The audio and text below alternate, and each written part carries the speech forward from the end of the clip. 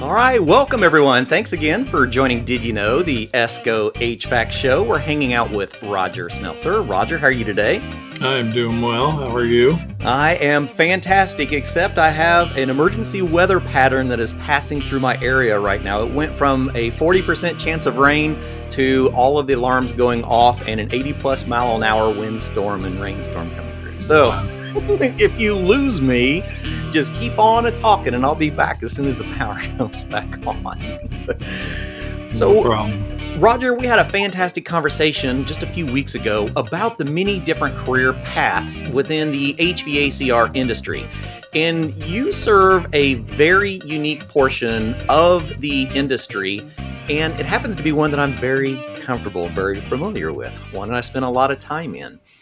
Now, when we start talking to our educators and we start talking to our students about career paths, once they get out of the program, a lot of them anticipate that they're going to end up in a residential or a light commercial HVAC situation, right?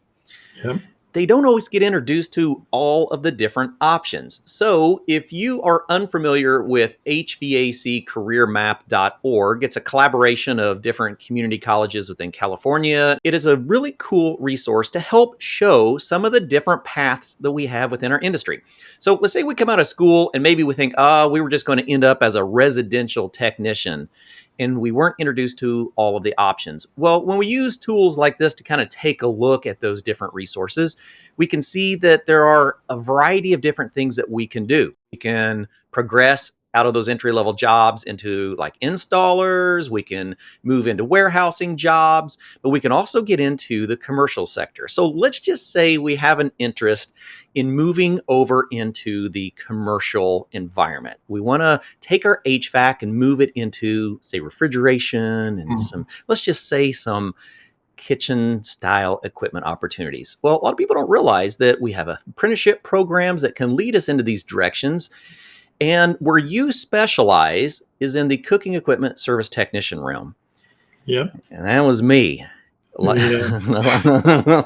A lot of mom and pop grocery stores and restaurants and large grocery, chain grocery stores. I did a lot of different food service equipment. And it wasn't just refrigeration, because as a refrigeration guy, you're there working on something, but I've talked about this many times before. My first encounter with looking at other kitchen equipment was I had a pizza oven at one of our shops that went down. I was there looking at an ice machine, and he says, "Hey, Cliff, you think you could take a look at this pizza oven?" I'm like, "Pizza oven?" He said, "Yeah, it's a heating appliance in it." And I went, "Well, yeah, it is a heating appliance." So we have a lot of options in our industry. So I wanted to spend some time with you talking about the program that you guys have built and the way that we groom our youth, because the way that we recruit today may not look similar to the way we recruited 5 years ago, 10 years ago. And I think you're the master of recruitment and retention. Well, I don't know if I'm the master, but we started about 7 years ago really trying to attract young people into our business. And we looked at, where were millennials and Gen Z looking for work, and would they be interested in this type of work? Yeah. And I think, we kind of struck gold a little bit with some prior auto mechanics and things that had the willingness to get a little dirty and good mechanical aptitude. And we thought we could train these people. Yes. Sometimes they got into it and it was working outside in a hot environment. I lived in California and now live in Arizona, and I can't imagine working in the Bay, on a 110 degree day. Absolutely. And we're working in grocery stores and even sometimes in the cold rooms. Right. And so I thought, this might be appealing to this group of people. And of course, we've been able to attract them from all over. But I think the big key to attracting them for us has just been having the kind of culture where they refer each other. So they're now we're getting trying somewhere. they're trying to help their friends. We just had just in these last couple of weeks, one young guy in his mid-20s just recommend another guy in his mid-20s to come in and help us. And that's what we're trying to foster. That's what we'd like to see. I've mentioned many times in our industry to different groups that the average age of our technician is around 27. Yes. And that's very young in our industry.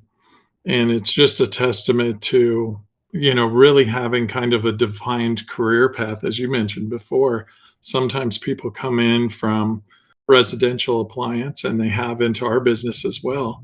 Yeah. And that's a great transition. They can apprentice with our guys. They typically will pick up commercial food equipment very easy if they're coming from that environment.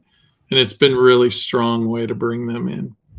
Well, let's talk about that apprenticeship because this is very much about, what does successful recruitment look like? Whether Mhm. I'm a school and I'm recruiting technicians to come into the trade and I'm trying to inform them about all of the different amazing options once they leave the classroom, or I'm a contractor that is trying to build up my clientele. That's the biggest issue we see right now in the contractor side is retention and recruitment. But you've been very successful at that. And if we look at the generation, so I just did a class not too long ago on the basically 6 different generations of learners that we work with in Mhm. society. When we look at particularly our Gen Z and our millennials, they have some slightly different, I wouldn't say concerns, but desires for success in their career, especially with Gen Z. So let's talk about the culture that you're embedding and promoting that culture, because I think that is the driving force that is making this such a successful recruitment strategy. Yeah, well, we like to call it our resume building culture of achievement, if that's a Okay. mouthful. Yeah. But really, it's just a resume building culture. We're looking to build value in each person, not only to our company, but to the world at large. Okay. And the way we do that is, you know, usually it starts with the conversation when we're first meeting the person and bringing them into the organization and defining what their career path would look like in our organization and what we would be adding to their resume at each stage through. So, Okay. for example, they might come in and we might start them on simple planned maintenance, and as they're picking that up, they're adding this planned maintenance capability to their resume. Yeah, And then they absolutely. move to installations and more advanced installations, and then on to commissioning and other things like that as they progress through their career.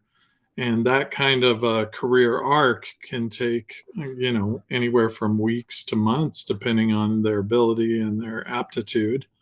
We're really looking for the same things most companies are looking for, Sure. good character, the capability to do the job. And if you don't know how to do something, that you're a quick learner.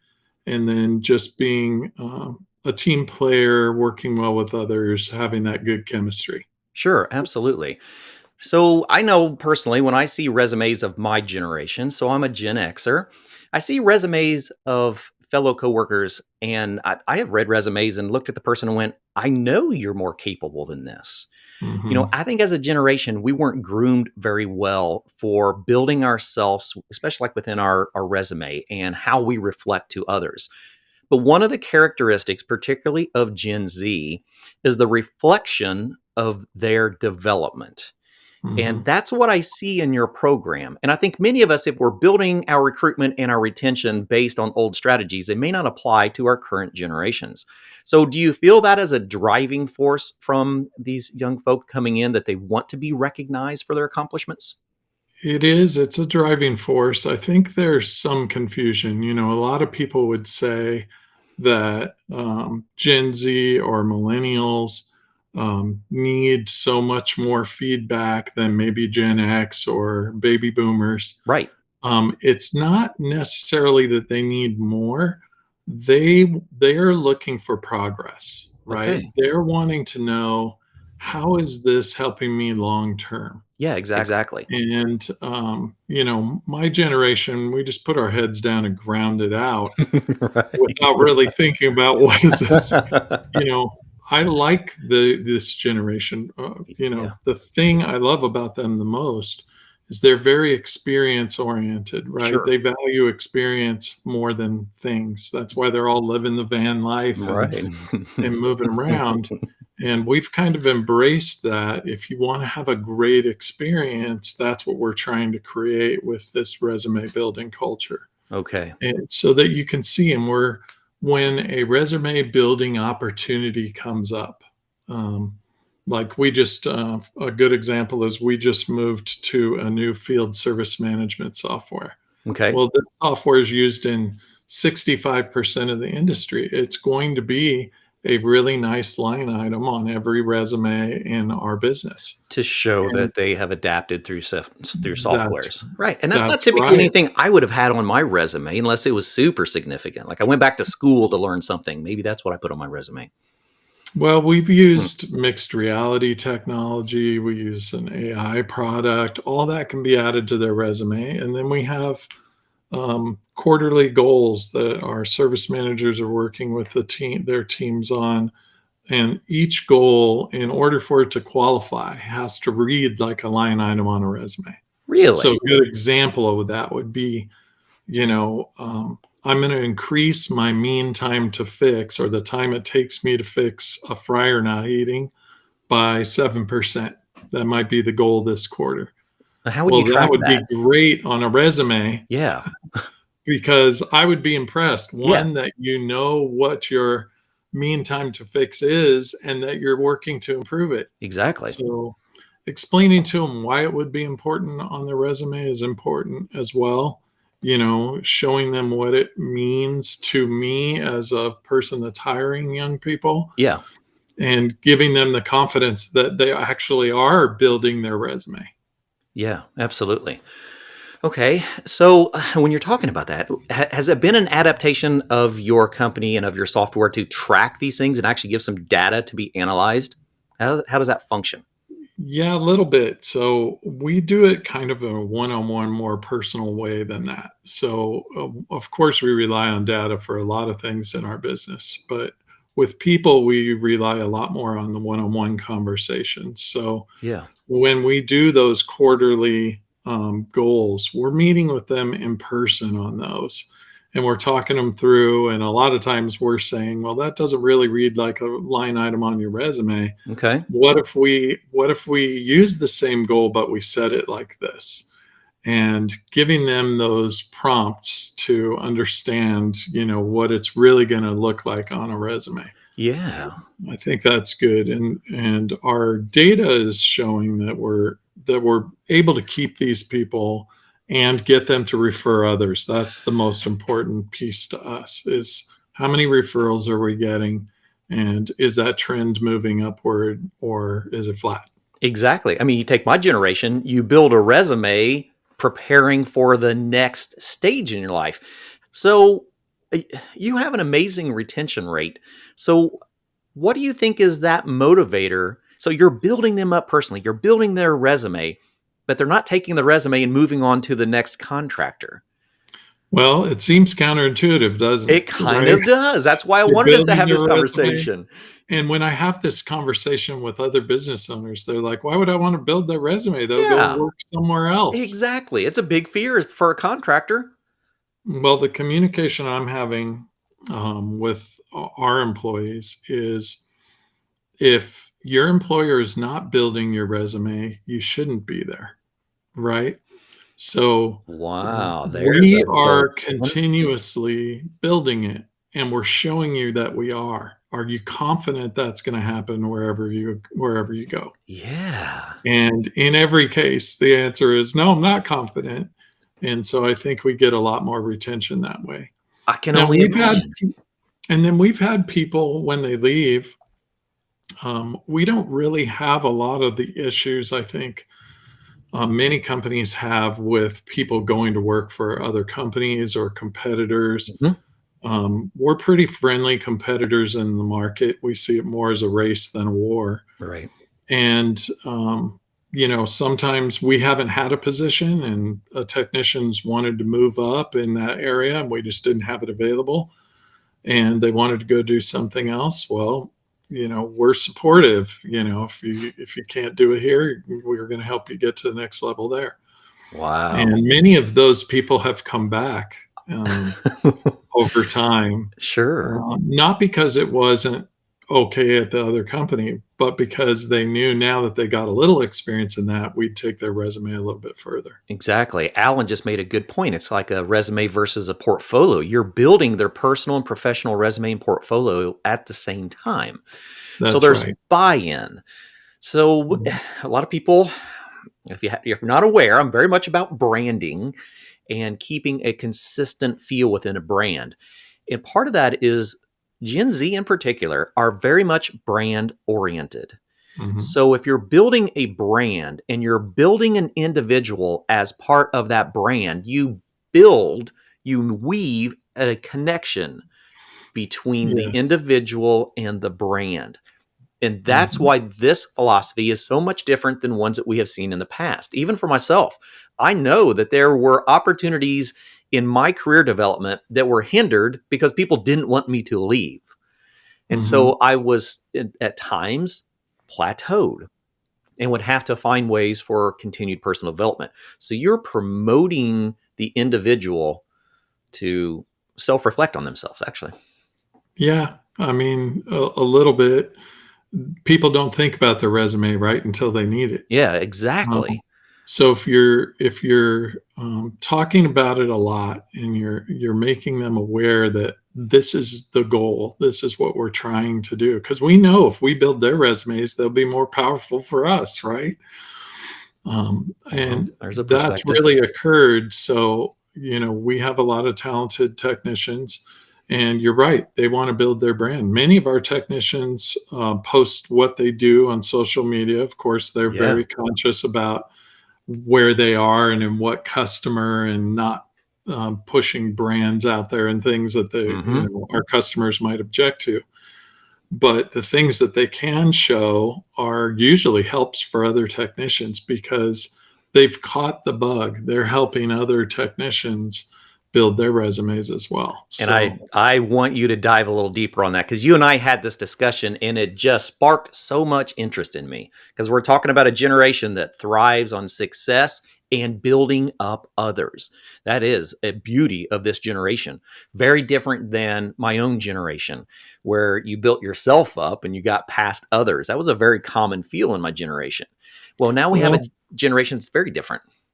yeah. Well, if you look at how the generations compare, I look at millennials and Gen Z as already networked, Yes. right? They're already networked, They they're were already born connected networking. together. Yeah. Many times, a technician in my age group, I'm 57, Hmm. um, and I'm a Gen Xer, and but many people in my age group, when they tend to find a new or more efficient way to fix something, they'll kind of stick that in their pocket and hold it here as part of their value, right? Yeah.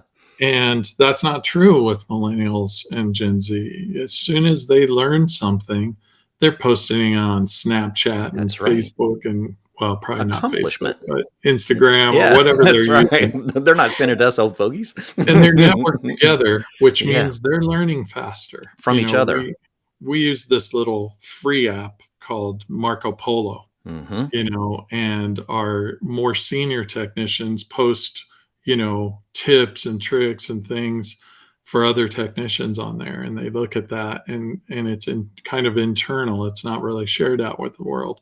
But Okay. we've kind of, in the past 2 years, we've really been transitioning from that internal to kind of getting it out there externally. Well, that's interesting. So a question just came in. Oh, wrong one from Katie. Katie, this is a really it's an intriguing topic because this is what sparked my interest in wanting to have Rodger come on and talk about this. What kinds of resources and training do you give to managers for normalizing these conversations?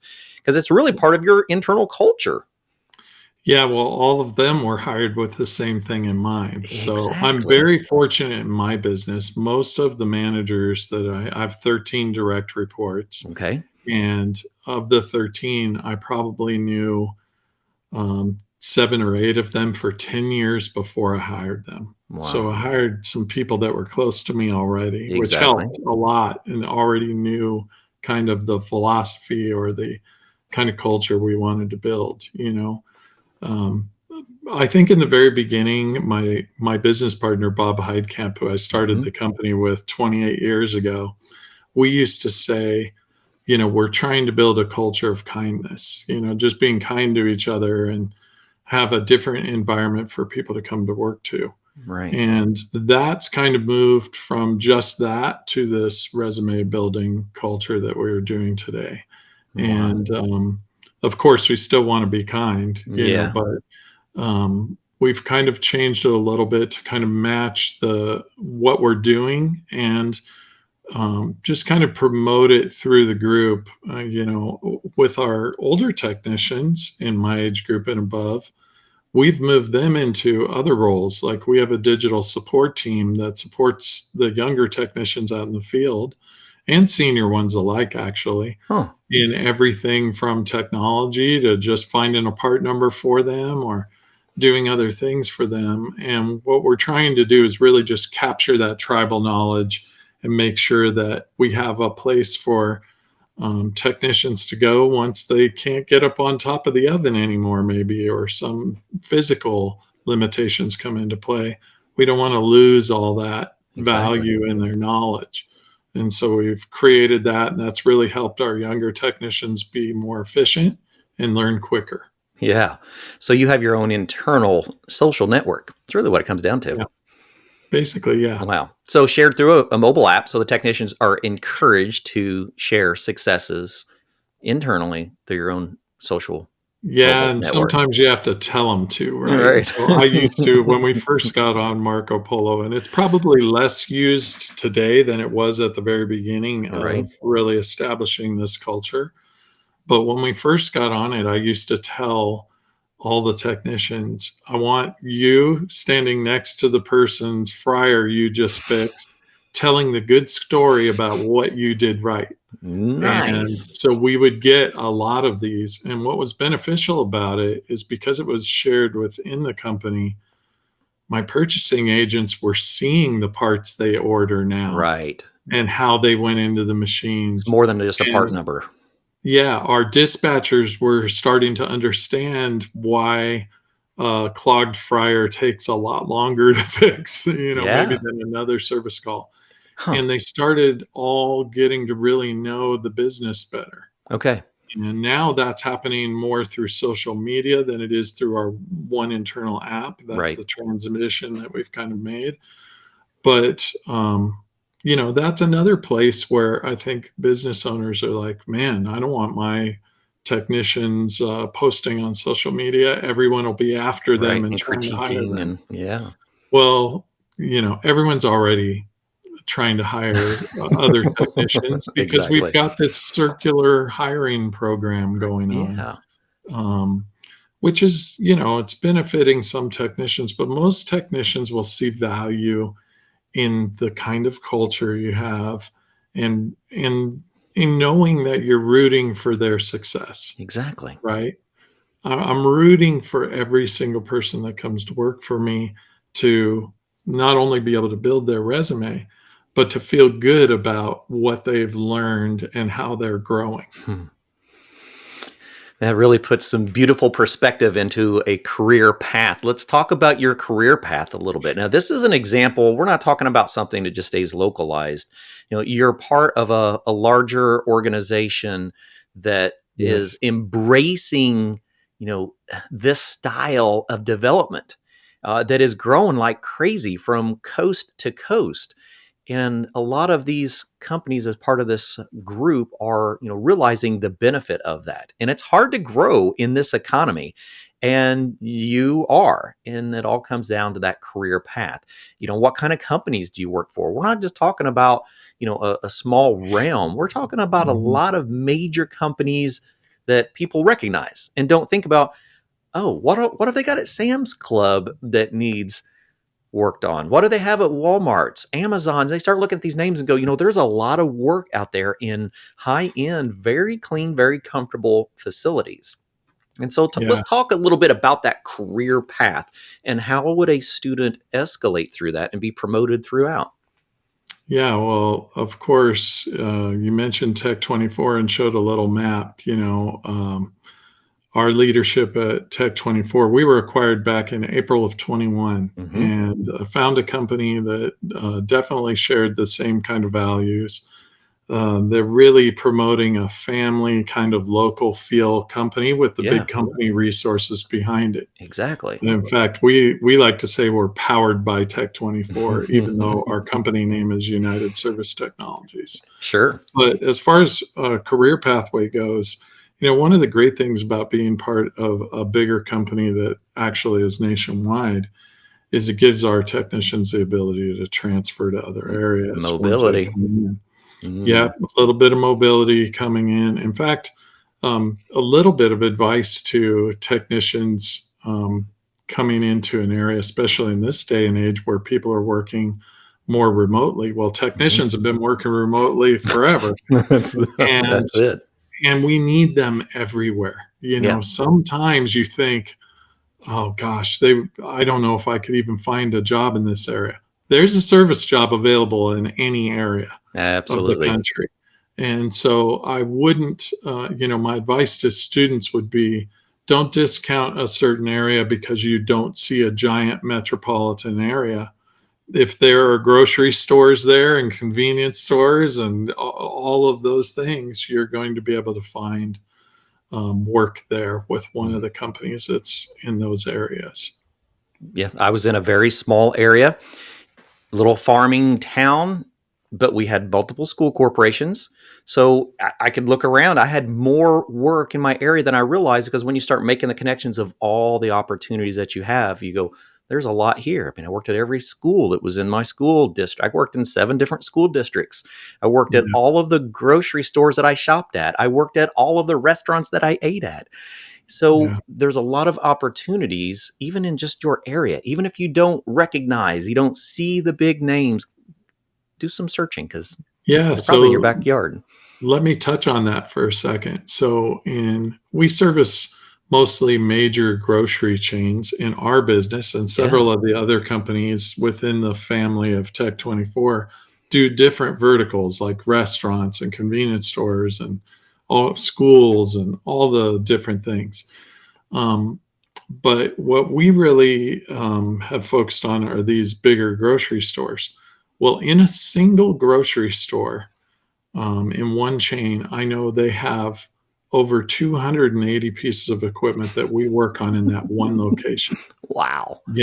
There is a lot to work on it. And let's call it what it is. Today, we're servicing primitive robots, fryers that have automatic lifts and combi ovens that clean themselves and Yeah. things like that. But increasingly, we're getting things like miso robots and things like robotic arms that you have to service. Things like that are coming into the market and coming at a rapid pace, along with modularization and more sophisticated IoT arrangements. And a lot of these machines come with edge hardware in it, and all you have to do is hook it up now. Yeah, that was one of the things I wanted to point out, especially like on this slide with the changes in technology. Yeah. A young student going into the field thinking, wow, yeah, I like working mechanically, but, are you going to be able to stimulate my passion for technology along the way? And you don't realize until you actually get out here into the industry that it is very automated, it is very sophisticated.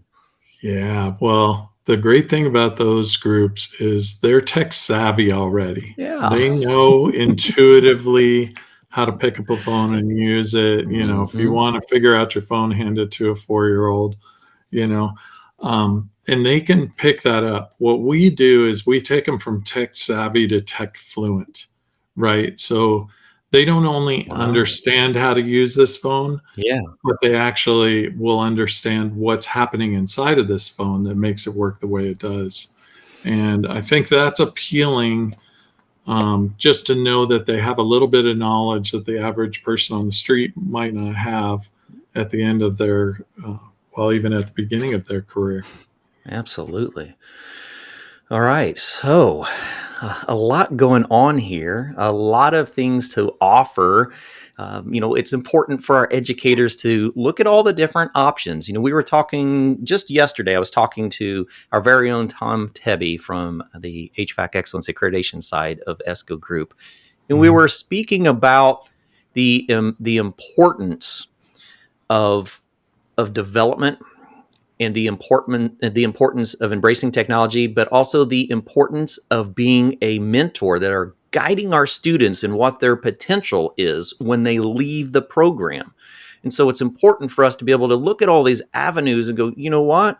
You really did very well in this mechanical side of the program. Have you ever thought about not doing residential HVAC when you leave here and focus on an escalating career in commercial kitchen equipment? And I know a lot of programs may not focus on that because they don't know, where do you go? Where are your resources once you leave here? Yeah, well, gosh, there's quite a few actually.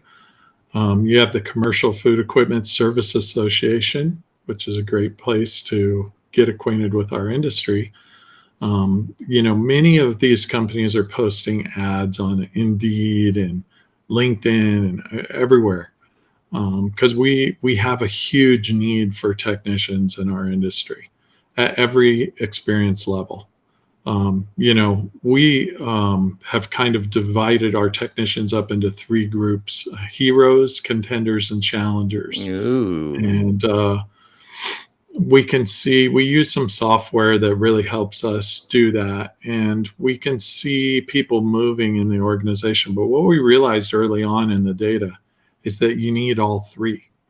okay. A Makes company sense. full of only heroes Yeah. is very hard to maintain, but when you have all three groups in, it's really can be successful. Hmm. And I think that's what we see. You need people at every level. In order to grow, you've got Yep. to have new guys coming in, and female technicians are another great place to start. We have some great female technicians in our organization. Have had Hmm. several over the years, and I still think that's a big area. I think there's companies like Valvoline that do just a tremendous job getting recruiting and hiring female to turn wrenches and Mechanics. on oil Right. changes. Well, we talked And about this. You almost have to have a culture that is yeah, inviting the person in, because it may not yeah. be the job, the picture that we see from the outside. It may be the culture that is bringing that motivation. Well, like you said, they don't know where to go. Yeah. So you have to be actively making them aware of Recruiting where and you are. retaining. Yes, you Absolutely. cannot sit on that. Hmm. This is, you've got to be active. And I'm happy to say that most companies in our industry are very active trying to hire technicians and bring them in. We've got great companies throughout the industry, and of course, even within the Tech 24 group, we have amazing companies that I've learned a lot from, and they're different cultures. Some of Sure. the cultures are a little bit different, and they come from a different Region, area of the country where clientele. traditions are different, the Exactly. clientele's different. And it's exciting to get in a room with those guys and share best practices and Hmm. try to implement them. Exactly. Speaking of different regions, I invite anyone joining us, let us know in the chat where you're chiming in from. It's always interesting to see how far we reach out. We never know if we're just going through a few states or a few countries. And so we get a variety of participants. So definitely let us know. So, Rodger, if I'm a young man or I'm a young lady and I'm looking at UST, United Service Technology, to go through the apprenticeship program, what Mhm. do those steps look like? Because it is a little bit different than I would have traditionally expected a apprenticeship. Because a lot of times an apprenticeship is, okay, you're going on this path and you're going to learn everything along this path so that you can do this one task. Tell me a little bit about your path. We do it a little bit differently. We kind of have a farm league, so to Yeah. speak. So we bring them in all the way back at the warehouse sometimes. So if you have zero experience, but you have some mechanical aptitude and the willingness to get a little bit dirty, Yeah. we'll start them where they can touch and feel the parts and get used to the software systems and do Huh. those types of things. Then we'll Okay. quickly move them to the field where they're doing what we call basic PMs, and they're fryers and slicers and ovens and Yeah. rotisseries and things like that. And then we'll move them to more advanced PMs on equipment that needs commissioning or programming, like you saw in the Right. image there a minute ago. Then they move to basic installations, right? And those are the smaller pieces of equipment that don't need commissioning. And then they Hmm. move to a more advanced installations and bakery oven tear outs and installations, bigger equipment, more commissioning involved. And then they move into um, apprenticeship writing with a technician. And this can sometimes, like I said, depending on their level of experience, they might be slotted into one of those spots ahead of, they might be out in the um, more advanced installation stage before they hit the apprenticeship part. But a lot of the youngest technicians that are in our group that are in their young 20s came up through that career That arc, path. Yeah. and then they as they learn, they're moving along as a technician, and we have about 5 levels of technician that we work with. But and each level of technician is, has a pay range associated with it. Okay. And so what we do is we really try to do a good assessment at each stage as they move along. And Sure. so they get moved along in pay as they move along in ability, as Hmm. it should be. Tied to success of their resume portfolio. Yeah. And so that's Oh, great when when you're adding things to your resume, you're adding value to us and value to the world. accomplishments. So Yeah, if we didn't do that, we wouldn't be able to retain them, right? exactly. they're expecting they're expecting that, along with building the resume, I'm going to advance in my career with the company, not only financially but even positionally sometimes. Yeah. We all So are looking for an ROA. yeah, Really. hey, when we were a young company and we were 5 or 10 years old, and 20, 30 guys and all working together out in the field. I was a technician in the field for about 20 years of my lifetime. Hmm. And when we were all doing that, we were rooting for each other and really working to build each other up. But we wanted to advance financially too, and we Yeah. wanted to advance positionally. And we were a really flat organization. Basically, it was me and my business partner, Hmm. and then everybody else, Many right? businesses are, unfortunately. And as we grew, we recognized the need to not only add positions Hmm. that would help us to grow further, but to add spaces for people that were really advancing to grow into. Okay. So we have area service managers, and then we have field service supervisors, and then we Hmm. have technicians of all those levels underneath.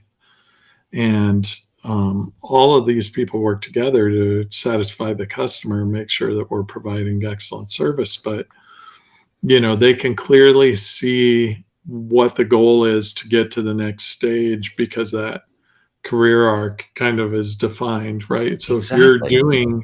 if you're doing advanced installations, that pretty soon you're going to be apprenticing with one of the senior technicians, and Right. you'll be out in the field soon enough. Wow.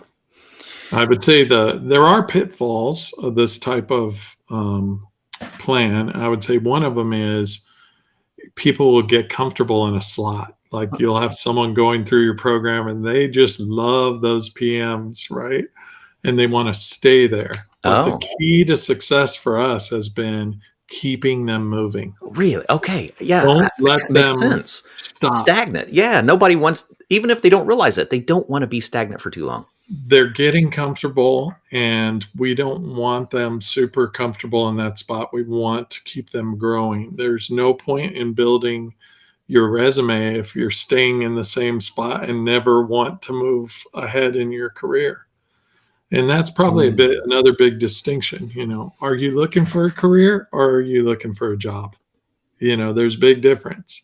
And I would say, if you're looking for a job, you're looking at it as a temporary thing. If you're looking for a career, even if you're not with the same company for a long time, Yeah. you're looking at building your resume. And so this really appeals to the people who are really wanting to build a career, um, and advance.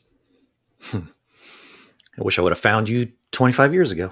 Because if we think about it, when you get out into the field and you get good at doing something, I know many people that are very good at what they're doing, and they should have left that a decade or two Mm, ago and been yeah. able to push themselves to a new level, but they don't. So part of your entire program design is to encourage personal and professional development, whether you're ready for it or not. Yeah. I learned years and years ago, the best way to get promoted is to promote someone beneath you, right? Yeah. Someone that's coming up behind you. I shouldn't say Yeah. beneath you because I really don't see it that way, Right. but Following in the they're path of. following you, promote them, encourage them, get them to the next level. You'll push up naturally in the organization. So building your team is building your career in a lot of ways. And so the area service managers that we have are constantly working on building their team and training Yeah. them and getting them training. Not only from our group, we do training with manufacturers as well.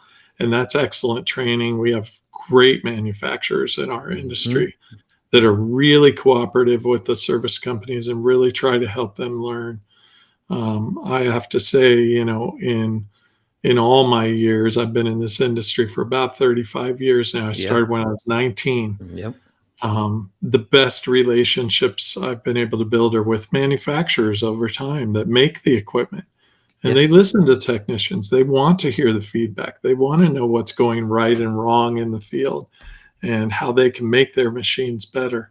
And Mhm. we just have great manufacturers in the commercial food industry. I second that. Our own conference is driven by support from equipment and tool manufacturers. Yeah. Our vendors, our exhibitors, our presenters are a lot of manufacturers from our industry. And so it's very important to have that backbone for your structure. Yeah, they help us with a lot of things. And one of the key things they help us with is just safety, making safer and safer machines. I've Sure. seen, when I was working early in my career, the machines had none of the safeties that they have on them today. Right. And, Yeah. these manufacturers do care a lot about safety, not only the safety of the end user, but the safety of the technicians working on them. And I really appreciate that as a former technician in the field and Hmm. now, business executive working with a service company and a bigger company that cares about safety too. Absolutely. You bring up a very important part. One of the other conversations Tom, Tebby, and I had was about continuing education as being crucial for your development. So, do you spend a fair amount of time in your program with continuing education, in particular, like with our manufacturers of equipment? Yes. So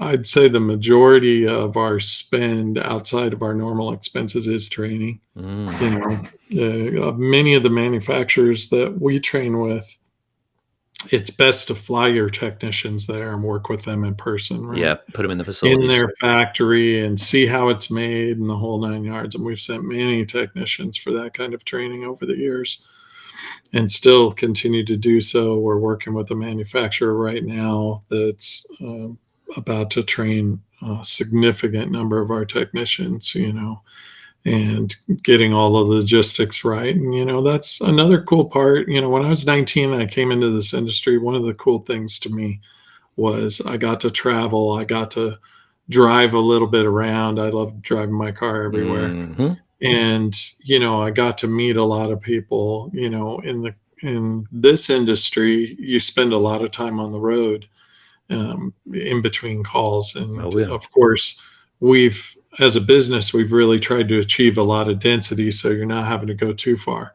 But still you're in the road, you're moving to the next location. On your way, you're thinking about all the things that could be going wrong with this piece of equipment based on the problem description. You're already Hmm. troubleshooting in your brain on Absolutely. your way there. And technicians understand that, they Hmm. get that. And so we just as a company really encourage them to, you know, enjoy the time that they have in the field, Field service is just a really rewarding job. Yeah. I mean, I don't even know what I'd be doing had I not done that. And my wife loves it because she wants me to fix everything, you Yeah. know? You learn a lot of skills that you get to bring home for Yeah, sure. that could be a drawback. I mean, the Yeah. honey-do list expands dramatically when you have the ability to fix things, I right? don't know that I've ever had a vacation where I haven't worked on something for somebody. Yeah. Just kind of comes with it. One of the questions that did just come in. So, along that career path, are there points where you're doing testing or competency, or is all of your levels based on the amount of time worked in the position? Yeah, so when they're doing those jobs, they're even when you're doing the, basic installations or advanced installations, you're still apprenticing. There's someone else with you at the beginning of those jobs, Gotcha. measuring what your ability is, and they're Yep. bringing that feedback back to the area service manager to evaluate. But we also have pretty extensive tech testing through Tech 24 University. Okay. Tech 24 has a great training program. It's done by a guy named Dave Filson, who's just amazing trainer. And, you know, especially with young technicians coming into the industry for the first time, his basic beginning courses are great. I've gotten tremendous feedback. I've looked at he does a lot of quizzing throughout his training, and I see the beginning scores and I see the end Big scores, difference. and it's a huge dramatic difference. And I Yeah. think he's really, he and his team are making training just the real fabric of Tech 24 for us. Makes sense. And I can see them developing that out to be even bigger and better in the future for all of us Nice. within the Tech 24 family. May have to reach out and do some discussion on some of these e-learning modules and assessments, and because Yeah. there's a lot of things that the industry has to offer, and it's about making connections. And we feel it's very important to be able to test your proficiency along the way. How do Yep. you know if someone's doing well? Well, the only way to do that is to validate it through assessments. So kudos Yep. for doing that. There's a lot of untested technicians in our industry. Yeah. No, it's important. You need to know where you stand. At some point, you know, all of our technicians will go through the Tech 24 University unless they're already super experienced. But Pre-qualified. Yeah. if they're pre-qualified, probably not. But if they're coming in and they're in the first 3 to 5 years of their experience in the industry, they'll still go through it, you know, and learn what they can. Absolutely. And you know, it's expensive to do training for a Oh boy. company, Hmm. but There's the you've got to payoff. do it. Yeah, you have to do it. I mean, it goes right to efficiency. Hmm. You know, the more service calls you can do in the shorter amount of time, the With better off less you are. callbacks. Yeah. Yeah, exactly. Yeah, we talk a lot about the normal KPIs and first time fix rate and Hmm. mean time to fix and days between repairs. And we look at all of that. But what we're really looking for is the trend line. You Yeah. know, are you trending up in your ability and in Yeah. your career and in your goals as you accomplish them? You know, and then we focus in on those that are, you know, where the line is getting flatter, Hmm. but we don't forget the A students. You know, we don't want to forget the people who are doing every single thing right, Yeah. you know, in the company. And pushing And through. so yeah, so we have to remind, you know, it's easy as an educator, right, to focus in on the kids that you're having a hard time getting the concept through to. Yep. But we can't forget those students that are doing everything that we're asking of them and expecting of them. And, you know, to sail on through without any attention at all would be a shame, right? We need to Hmm. give them the kudos, like you said earlier, reward them for the desired behavior. Absolutely. So Yeah. I can imagine within your structure, you have a lot of people in management that have actually made their way all the way from the enter apprentice in this program. Yes, actually, so several. In fact, our area service manager for Southern California, we actually hired him from a grocery store. He was working in a seafood department and just kept asking us and bugging us, basically, How can I get Right. on with you guys? Yeah. Right. You guys look great. And so one of our managers gave him a shot, and he worked his way all the way up, and now he's running the largest division in our company and very successfully. Wow. And many others have worked their way up in other departments too. It's not just technicians in service. You've got dispatchers and estimators and purchasing people and accounting people and billing people. And, same thing. Our dispatch manager is our youngest manager, and she had no experience and worked her way up through dispatch, and now she's running the whole thing. Wow. All right. And so to see them do that is, I feel like a proud papa here That's a lot of success stories. watching them grow. It comes back to where we originally started the conversation, the Yeah. different career paths. When you get into this industry, where are you? Where are Yeah. you going is actually the question we should be asking. Because if you're not progressing, you're not developing. And if you're in a company that is not encouraging you to push yourself forward and to build your own resume and portfolio of experience, maybe it's worth questioning. Am I in the right developmental path? So, as you can see, there are many paths that you can go outside of these entry positions. They all have their directions all over the map. And so, the fact that you encourage the development from all the organizations with a similar design shows the success of the program. Yeah. No, it's been a great career for me. I'm not at the end of it yet, Yep. but I'm still in the thick of things, and it's just a great. The service industry as a whole is just a really great industry to be in, and at all levels. I don't care whether you're working on cars or industrial food processing equipment. I've had some time in that as well, Mhm. and it's just amazing to see all the opportunity out there. It's surprising to me because I've been doing it since I was 19 Right. that people can't see all the opportunity. To me, it's just all low hanging fruit. It's hard to fathom, isn't it? Yeah, Yeah. and I hope today I'm encouraging somebody to look a little bit deeper into the service industry and find a spot for yourself and come grow, in one of these service industries. And even ours is a great one. Yeah, it's been a wonderful voyage for me. I do believe that I was able to hone my communication skills being in service.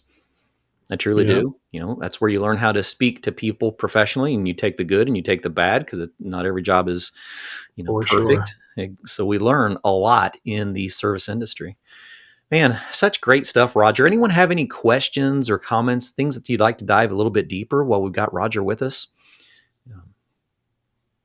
I really am digging the entire let's relook at our business plan and build a culture first. Build the culture, they will come. Yep. I think, we're working on a new program to really try to improve our profitability. All companies are trying to do that, but we're trying to get as many people involved helping us because this is another resume building opportunity, Sure. right? Participating in this initiative to just build a more profitable company. I would love to see a resume of someone that's been at your company for a year or two. It would probably change a person's perspective on writing their own resume. Yeah, I hope so. I hope they're taking the learning that they're taking in here and really thinking about what that means to their future. Exactly. All right. Well, Roger, wow, that's a lot of wonderful information on building a culture, recruiting and retaining, really based on personal and professional development within the culture of a company. And I see this as being a growing trend. We've already seen the success of it. I doubt that there's any contractors out here that say they have a surplus of quality technicians, and you've achieved that. So grateful to have you here, grateful for the education, and man, look forward to some further conversations down the road. All right, fantastic. Great being with you. All right, we appreciate you, and we will see you all next week on Did You Know? The ESCO HVAC Show.